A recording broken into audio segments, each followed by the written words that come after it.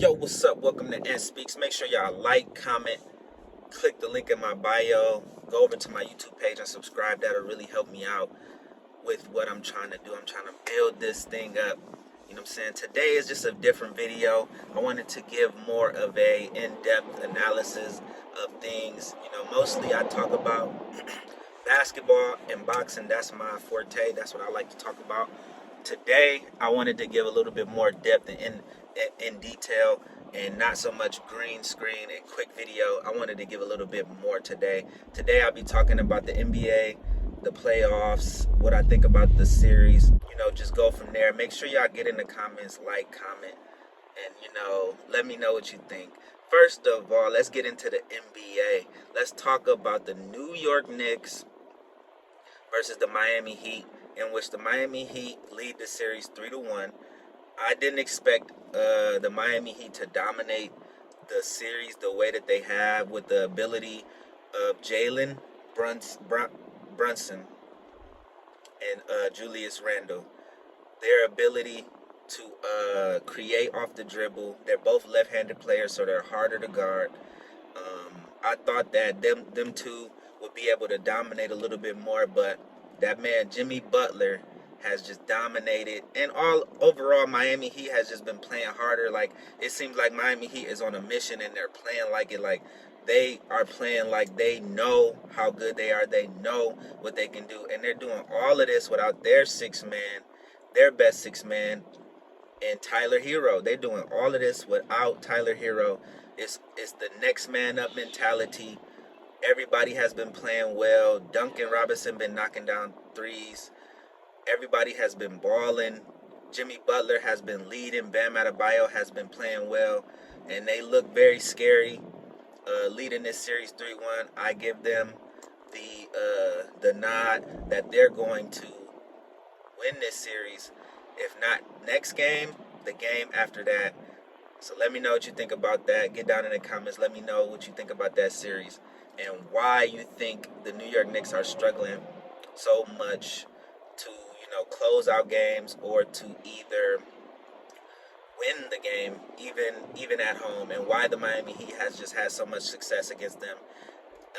In my opinion, is just Jimmy Butler. He's been dominant, and he's been, and Bam Adebayo, they don't have answers for those guys. But let me know what you think.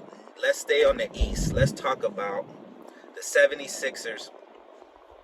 The 76ers versus the Celtics. This series has been amazing, but it just seems like there's something going on with the Celtics. When they had the old coach, I can't pronounce his name. I'm gonna just say Udoka. When they had him, it didn't seem like it was that hard for them to score. It didn't seem like they struggled with an identity. Right now in this series, it seems like they're struggling with an identity. They're struggling with who should shoot what, who should do what. Jaylen Brown, Jason Tatum, they're both great players from the perimeter. They're both great athletes. But the 76ers have really exposed the weakness with physicality, with playing zone, and the Celtics not having an answer for their zone with Joel Embiid in the middle, and just the matchup zone that the 76ers are playing.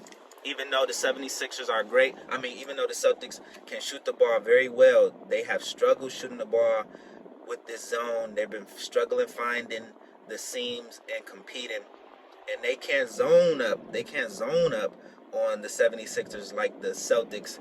They can't zone up on the 76ers like the 76ers can zone up on them, because James Harden is just so crafty with the basketball. If you put Joel Embiid in the middle, you dump it down to Joel Embiid, he attracts so much attention.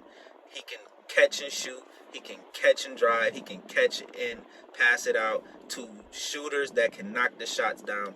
And the way that Tyrese Maxey has been just using his speed and ability to get to the rim is so hard.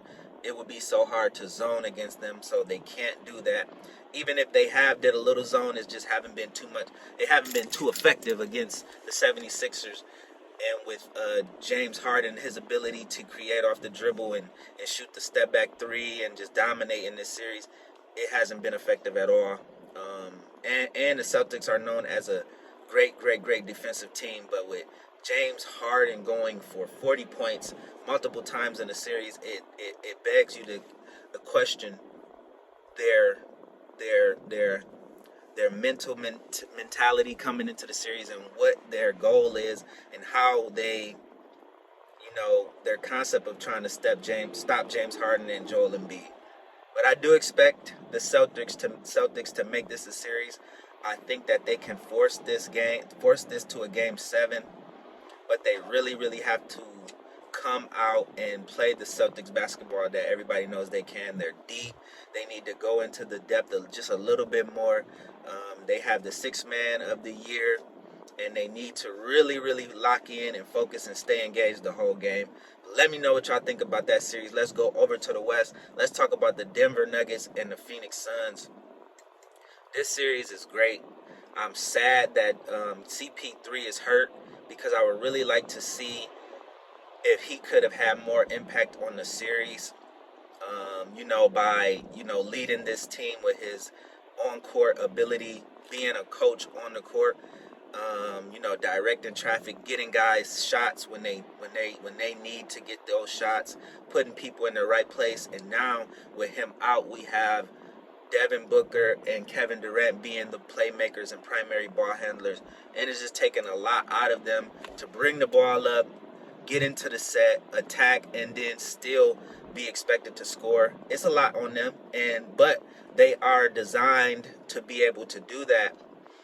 And if you look at the Denver Nuggets, they have Joker who makes plays. They have Jamal Murray who makes plays. Those are their primary playmakers and scorers, and they're able to do it. So there's no excuse that CP3 is out. Devin Booker and Kevin Durant should be able to match up against the Joker and Jamal Murray. And if y'all better than them, show it, improve us. Show us, improve it. If y'all are better than Jamal Murray and the Joker, Kevin Durant and Devin Booker, prove it. It's that simple. Y'all can score all of these points. Y'all can get all of these shots. One of y'all have a 70-point game. Kevin Durant is known as one of the best scorers in NBA history. Prove it. And that's all I have to say about that. I do expect the Phoenix Suns to tie this series up and go into a game 7 because they have the firepower. But in the game 7, I don't know who's going to win. I'm not going to say I feel like the Phoenix Suns has a better shot at winning. I don't. They have the Joker. He can score from everywhere on the court. He can facilitate. You have Jamal Murray who can do everything. It's going to be, if it gets to a game 7, it's going to be who wants it the most. And from what I'm seeing, the Denver Nuggets is playing with a swagger, a confidence that they want it more than anybody. And I like the way they play, and I give them the nod. I do think the Denver Nuggets are going to beat the Phoenix Suns. And everybody's going to say that it's because CP3 was out. And I'm not allowing people to come at me with that excuse. That's just not a good excuse. Let's talk about the Lakers. Let's talk about the Lakers versus the, who the fuck are they playing? The Lakers versus, oh my God.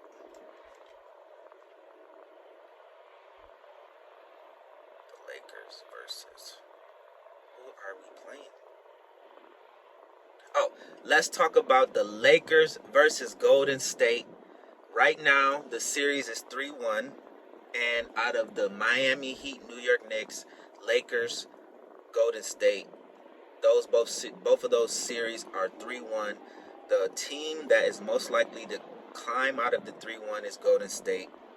But the way that the Lakers have dominated in the paint, offensively and defensively, and also they've competed at shooting the 3 ball with Golden State pretty well, I don't see Golden State winning 3 games in a row. They are the defending champions. They are an amazing dynasty. But I do think that ship has sailed. I do think Jordan Poole is overrated. He is a great player, don't get me wrong. He can score the ball with the best of them, but his defense is lackluster, and he has become almost unplayable with just not paying attention to certain details.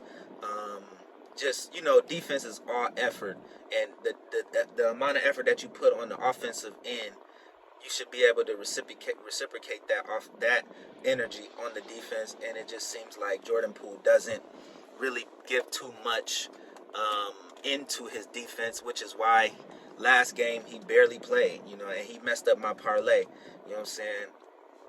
You from Michigan, bro. You got to get that parlay. I picked you to make 2 threes in the game, bro. You didn't make one. You didn't make no threes. You played like 10 minutes, bro. Like, what is going on? You know what I'm saying? You messed up my parlay. I was going to win like $800, and you were the only person who messed up my parlay.